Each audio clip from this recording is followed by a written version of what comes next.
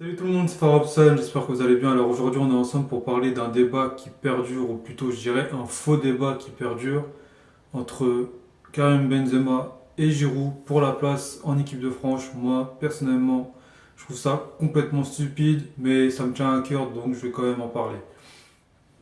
Alors pour commencer ce débat on va commencer avec les stats de Karim Benzema, même si je sais que les stats ça prouve pas la vraie valeur d'un joueur, mais ça donne quand même une petite indication. Alors, depuis que Karim Benzema a été sélectionné, c'est-à-dire depuis le 28 mars 2007 jusqu'au 8 octobre 2015, ça veut dire que ça va bientôt faire 3 ans qu'il est plus sélectionné en équipe de France. Benzema il a été sélectionné 81 fois. Il a marqué 27 buts. 27 buts, c'est pas énorme, mais c'est pas non négligeable non plus, parce qu'il y a certains attaquants, et même joueurs tout court, qui n'atteignent jamais la barre des 20 buts en sélection. Donc c'est quand même à prendre en compte. En dehors de ça, il faut savoir que Benzema, il a été décisif seulement 2 fois avec l'équipe de France. Les 2 buts décisifs qu'il a mis, c'était contre l'Albanie et contre l'Ukraine. D'ailleurs, l'Ukraine, c'est le match qu'on avait joué en barrage. C'est ce but décisif-là. Tout le monde doit s'en souvenir, il y avait Mamadou Sakho qui avait mis un petit doublé. Voilà. Mais en dehors de ça, les buts qu'il a marqués, c'était soit des buts pour alourdir le score, c'est déjà bien, soit des buts dans des matchs amicaux, donc on s'en fout un petit peu parce que c'est pas ce qui compte pour un joueur, même si c'est toujours bien de marquer.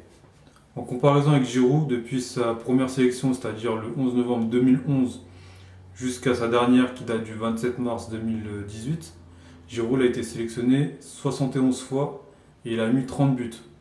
Donc ça veut dire que Giroud, en 10 sélections de moins, il a fait mieux que Karim Benzema. C'est-à-dire il a mis 3 buts de plus en 10 sélections de moins. Donc c'est pas négligeable et ça va prendre en compte ça aussi. Pour ce qui est du côté décisif de Giroud, il a été décisif dans un match de plus que Benzema, ça veut dire 3. Il a été décisif contre l'Espagne, contre la Roumanie et contre le Luxembourg. C'est pas énorme, mais ça fait déjà une petite différence. Parce qu'il a été décisif quand même dans un match de plus que Benzema, donc ça veut dire qu'en moins de sélection, il a déjà été plus décisif que Benzema. Bon, d'ailleurs, ça se prouve juste avec le ratio, parce qu'il a moins de sélection, il a marqué plus de buts.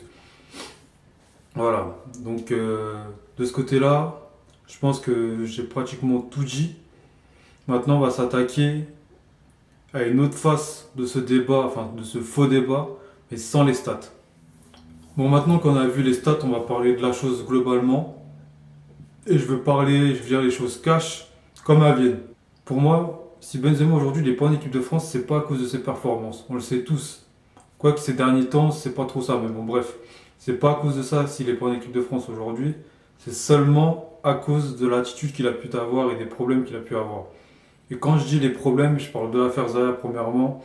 Deschamps, il lui avait pardonné, donc il l'avait rappelé. Et ensuite, il y a eu l'affaire de la sextape avec Valbuena. Il faut savoir que l'histoire de la sextape, ça a commencé en équipe de France. Donc déjà, premièrement, c'est un point négatif pour lui parce qu'il n'avait pas à faire ça pendant un rassemblement de l'équipe de France. Troisièmement, il y a eu des petits pics envoyés à Olivier Giroud par des proches de Karim Benzema. Et Benzema s'est empressé de liker ces petits pics.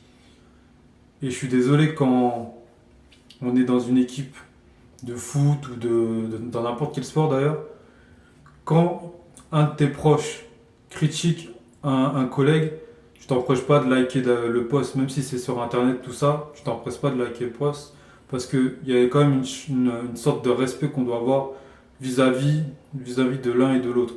Même si on n'aime pas la personne, on like pas le post. C'est comme ça. C'est un respect mutuel qu'on doit avoir. Et juste à cause de ça, ça peut être un danger pour un vestiaire. Parce que ça peut retourner un vestiaire, ça peut former des clans. Et quand ça commence comme ça tue une équipe. Donc pour moi, c'est à cause de ça si Benzema aujourd'hui, il n'est pas en équipe de France. À cause de ça, mais pas seulement. Parce qu'il ne faut pas oublier que Benzema, il a indirectement dit que Didier Deschamps était un raciste. Alors que quand un entraîneur te protège, un entraîneur, un sélectionneur, c'est pareil, te protège alors que tu n'es pas performant en équipe de France pendant plus de 1000 minutes, je suis désolé, Normalement, t'as pas à ouvrir ta gueule. Tu dois te faire tout petit et essayer de faire en sorte que ça s'améliore. Alors que Benzema, c'est pas du tout ce qu'il a fait. Il n'était pas performant pendant longtemps. Deschamps, il l'a protégé contre les médias parce que c'était son joueur. Et lui, qu'est-ce qu'il a fait? Il a été le critiqué dans les médias pour dire que Deschamps, il a cédé à une partie raciste de la France. À partir du moment où tu critiques ton sélectionneur, tu te, tu tout seul en fait, tu te mets une balle dans le pied, tu te tues tout seul. Dans n'importe quelle sélection, quand ça arrive, le joueur il joue plus, il est exclu. On l'avait vu, c'était arrivé avec Van Persie où il avait critiqué son sélectionneur. Il n'a pas été sélectionné pendant pratiquement 2 ans. Et ça, c'est normal. Il n'y a qu'en France où on se dit, ouais, ça pose problème. Mais non, c'est normal. Tu as un sélectionneur qui est en place, tu dois le respecter, point barre. Ça s'arrête là.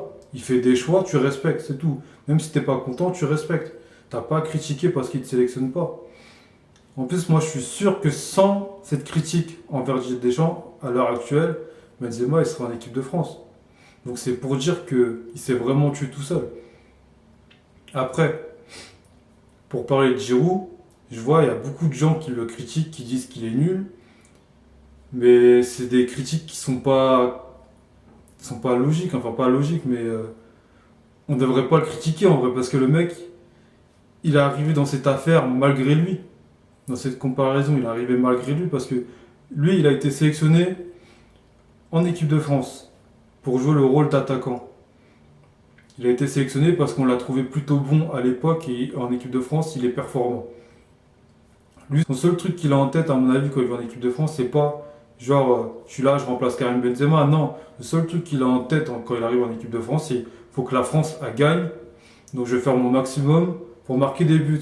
Moi, je pense que c'est le seul truc qu'il a en tête. Donc cette comparaison de dire oui, Benzema il est meilleur, Giroud il pue la merde, faut arrêter parce qu'au bout d'un moment, le mec il a pas demandé à être là. Il a été là parce qu'il l'a mérité. Il a fait tout ce qu'il fallait pour être sélectionné. Après, certes, il y a d'autres attaquants qui marquent, tout ça, mais c'est celui jusqu'à maintenant qui a été performant en équipe de France. Donc pourquoi vous voulez changer un joueur qui plante pendant que d'autres font des gris-gris et marquent pas pendant 1000 minutes? Ça n'a pas de sens. On est d'accord. Je pense que n'importe quel sélectionneur voudra avoir un joueur qui marque à quasiment tous les matchs, que ce soit des matchs amicaux ou des matchs internationaux de grande importance. Ça veut dire l'Euro ou la Coupe du Monde. On est tous d'accord dessus qu'on veut tous avoir un joueur qui marque. Et Giroud, c'est exactement ce qu'il fait. Donc cette comparaison où on insulte l'un et qu'on encense l'autre, elle tient pas debout déjà. Pour moi, c'est une grosse connerie de votre part. Après, je dis pas que vous pensez tous de la même façon. Là, je m'adresse seulement à un certain groupe qui critique Giroud à tort, à mon sens. Parce que on sait tous que Benzema, c'est un joueur formidable, qu'il est super beau à regarder, il est élégant, tout ça, mais s'il fait des conneries, je vois pas pourquoi il aurait un passe-droit comparé aux autres, parce qu'il faut pas oublier que dans toutes les bêtises qu'il a fait, lui, il a été puni, mais c'était pas lui la victime de l'affaire. La victime de l'affaire, c'était Valbuena. Et Valbuena, depuis cette affaire, il n'a pas été rappelé en équipe de France. Parce que Didier Deschamps, c'est quelqu'un qui est assez juste. Il s'est dit que si Valbuena et Benzema sont concernés dans l'affaire, j'appelle pas Valbuena et j'appelle pas Benzema. Et c'est logique dans un sens. Parce que c'est les deux qui sont dans l'affaire. En plus, à l'heure actuelle, Valbuena, il est en Turquie, il est super performant. Il est toujours pas appelé.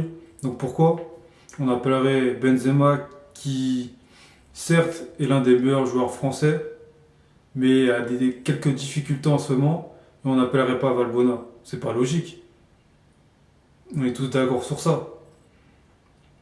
Mais là, c'est pas le débat du moment, mais c'est juste pour vous dire que au bout d'un moment, il faut arrêter les bêtises, il faut arrêter les comparaisons stupides et les demandes un peu connes, parce que oui, on le sait tous, et je le répète, Benzema, à l'heure actuelle, c'est le meilleur joueur français. Il n'y a pas de doute dessus. Mais s'il n'est pas appelé aujourd'hui, ce n'est pas pour ses performances sportives. C'est juste parce qu'il a déconné avec le sélectionneur et avec ses problèmes extrasportifs. Il y a rien d'autre à prendre en compte. Deschamps, il veut juste protéger son vestiaire, il veut pas foutre la merde, c'est tout, ça s'arrête là. Donc arrêtez de chercher midi 14h, chercher des excuses, dire que c'est de la faute de Giroud s'il n'est pas en équipe de France, parce que Giroud, il y est pour rien. Si aujourd'hui Benzema n'est pas en équipe de France, c'est entièrement de sa faute. Giroud, lui, il fait juste le taf en équipe de France, c'est pour ça qu'il est sélectionné. Si Giroud n'était pas performant en équipe de France, j'aurais pu comprendre la critique à son égard et à la rigueur la comparaison, même si je la trouve stupide, mais je vais vous expliquer pourquoi après. Mais là, c'est pas le cas, parce que Giroud en équipe de France, il est super performant. Faut le dire, le mec il marque à quasiment tous les matchs. Et la comparaison avec Benzema, je la trouve stupide parce que d'un côté, on a un joueur élégant à voir jouer, technique, rapide, vista, c'est les premiers mots qui nous viennent en tête quand on parle de Benzema. De l'autre côté, quand on parle de Giroud, je pense à quoi? Je pense à un joueur grand physiquement, enfin plutôt fort physiquement, bon de la tête, bonne protection de balle. Voilà à quoi je pense quand on parle de Giroud. Donc, c'est deux joueurs avec des caractéristiques différentes. Donc, les comparer, pour moi, c'est complètement stupide. Surtout quand on sait que Benzema, sur le papier, il est en pointe. Mais quand on le regarde jouer sur le terrain, il n'est pas en pointe, les gars. Quand on le regarde jouer sur le papier, il se comporte plus comme un numéro 10 qu'un attaquant de pointe. Quand on regarde le Real Madrid jouer, remarquez bien que c'est Ronaldo qui est dans la surface. Ronaldo, sur le papier, il est à gauche.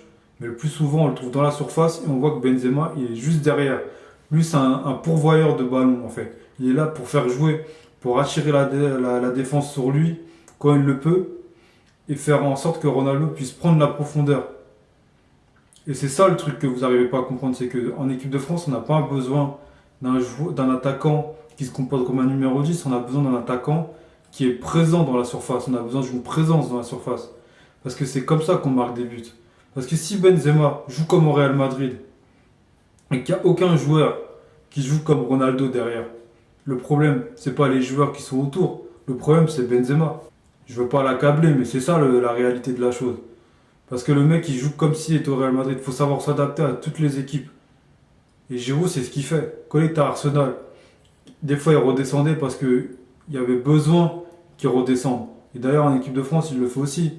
Mais il fait en sorte d'être à la finition, d'être dans la surface pour pouvoir marquer des buts. Et en équipe de France, c'est ce genre de joueur qu'on a besoin en pointe.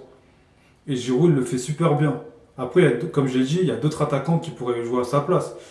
Là, je suis d'accord avec vous là-dessus. Mais tant qu'un joueur est performant dans une équipe, je vois pas la raison pour laquelle on devrait le changer. Un joueur, il est performant, on le laisse en pointe. Ça sert à rien de remplacer un joueur performant par un joueur où on ne sait même pas si ça va marcher. Faut être honnête avec soi-même. Et là, Didier Deschamps, il le fait super bien. Il sait qu'il a un attaquant qui est en confiance quand il est en équipe de France et qui peut le faire gagner des matchs. Enfin, lui faire gagner des matchs. Et faire gagner la France par la même occasion. Donc, pour moi, c'est logique que Giroud soit encore en équipe de France.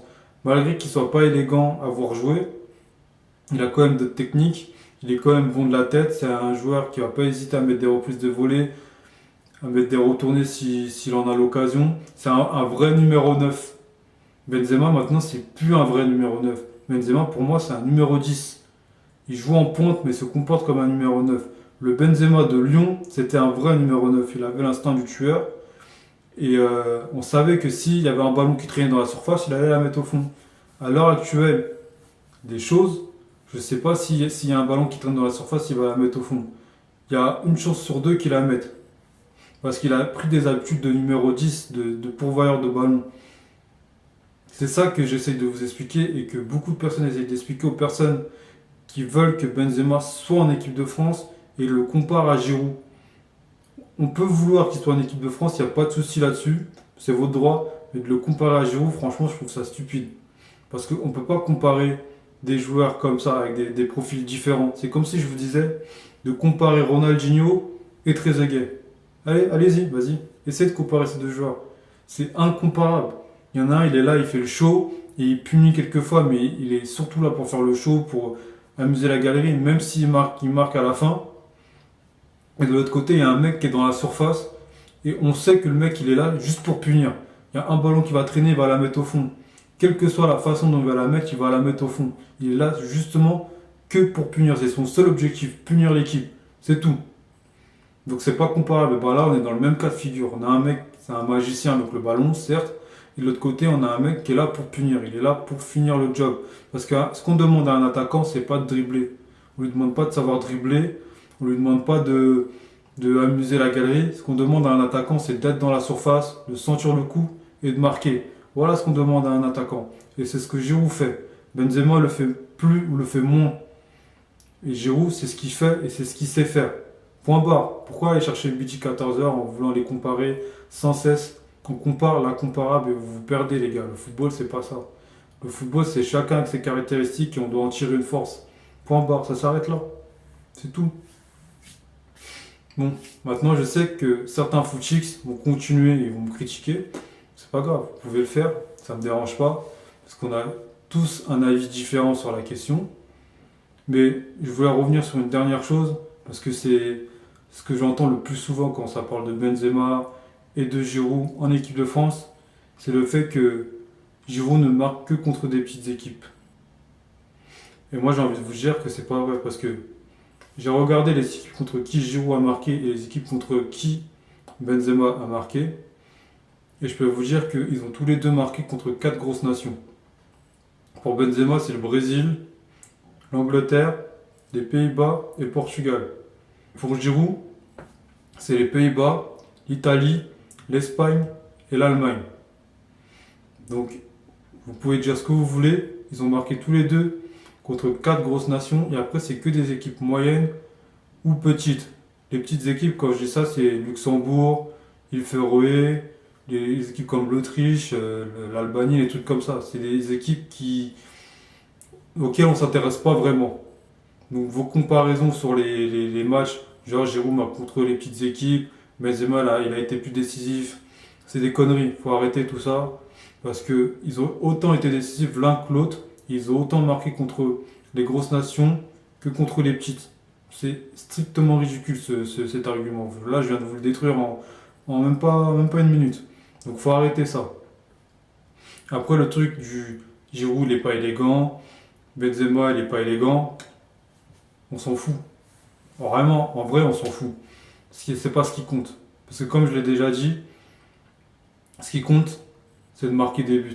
C'est pas de faire un passement de jambe ou un dribble quelconque, c'est de marquer des buts. C'est tout ce qui nous intéresse.